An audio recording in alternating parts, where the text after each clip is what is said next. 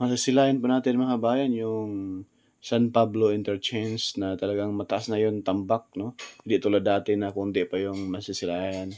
Ngayon, ang taas na ng tambak mga kabayan at yung mismong trumpet design niya ay formado na siya at lalong tinambakan nila. Tinaasan nila rito mga kabayan dahil sobrang patag. Posibleng pag malakas ang ulan, posibleng bahain itong expressway. Kaya dito sa area na ito ay matataas ang tambak. Silayan natin sa ating mapa na talagang itong area ito ay nakaano na siya, elevate na po.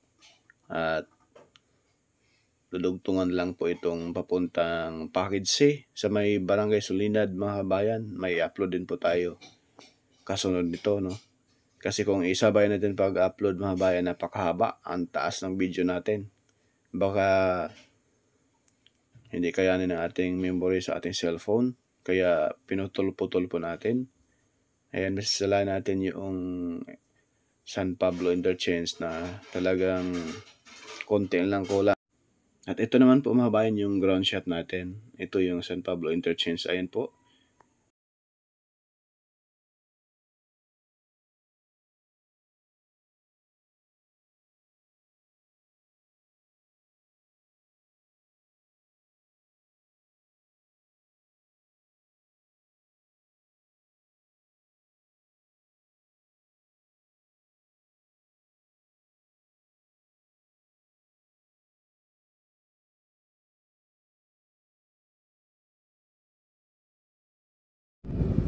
Yan pong circle mga bayan. Yan yung mga poste rito sa mismong yan, kita nyo mga kabayan, yung poste na yan, grabe, ang lalaki. Yung mga bakal na ginamit, yan po yung design dyan sa kabila.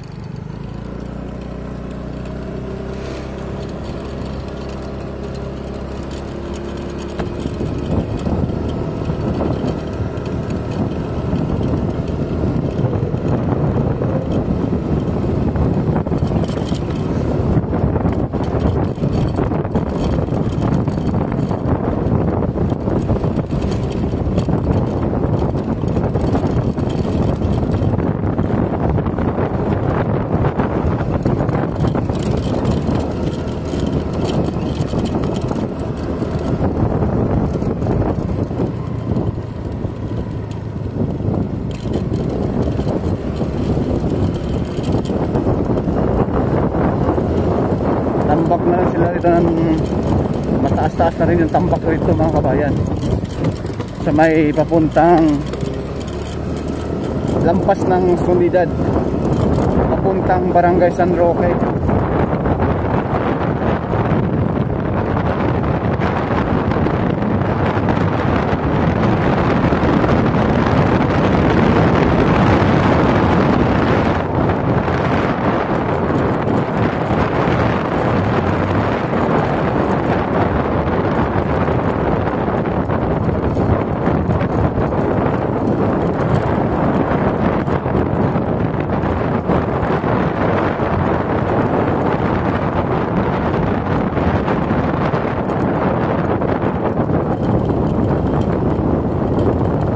Ayan yung mga girder dito na nakatambak dito dati sa kanan. Ayan na po, nailagay na po dyan sa mismong taas ng ilog. At yan na po yung alignment. At yung ilalim, yan po yung ilog mga kabayan. Yan o, ilog, malaking ilog yan.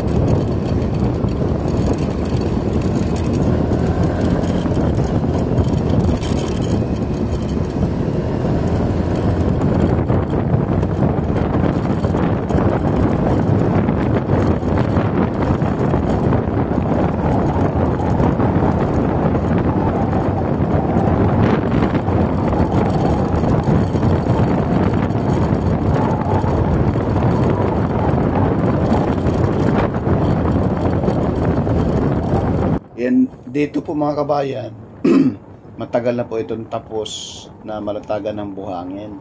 So itong area na to, posibleng dito po isusunod paglatag ng concrete cement pagkalampas dyan sa papuntang Lipa City, Batangas. Dahil dyan sa dulo mga kabayan, mayroon tulay dyan dalawa, no?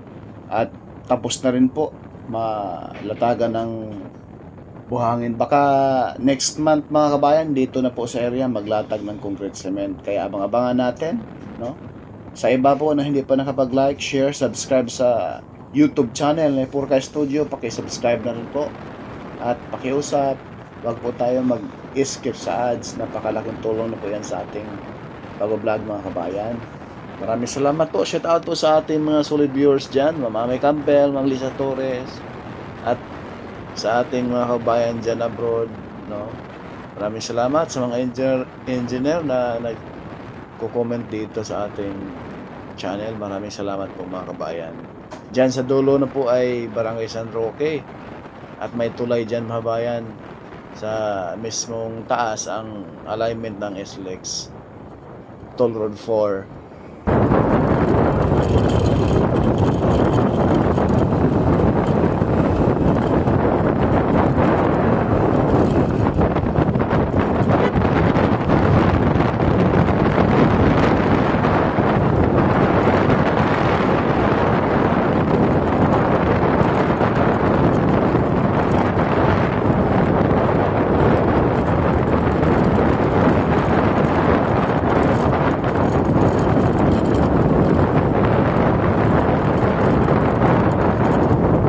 May maraming gawa doon mga kabayan sa mismo lampas na yung tulay na yun mga kabayan sa gawing kanan. Yan na po yung alignment, no? So ito na yung bandang kanan papuntang Alaminos San Pablo Bayan at City ng San Pablo. Ayan po, dalawang tulay ito magkasunod mga bayan, no? Tinatambakan na rin po sa areang ito mga bayan. Isusunod na po paglatag ng concrete cement, no? At ito na yung Barangay San Roque. At itong way na ito, diretso na po ito sa Lipa City, Batangas. Ito. So dito po tatawid yung mismong Alaminos San Pablo Bypass Road. Yan lang po mga bayan. Maraming salamat. Purka Studio ni sikat pero nag-aabot ng balita ng tapat. God bless!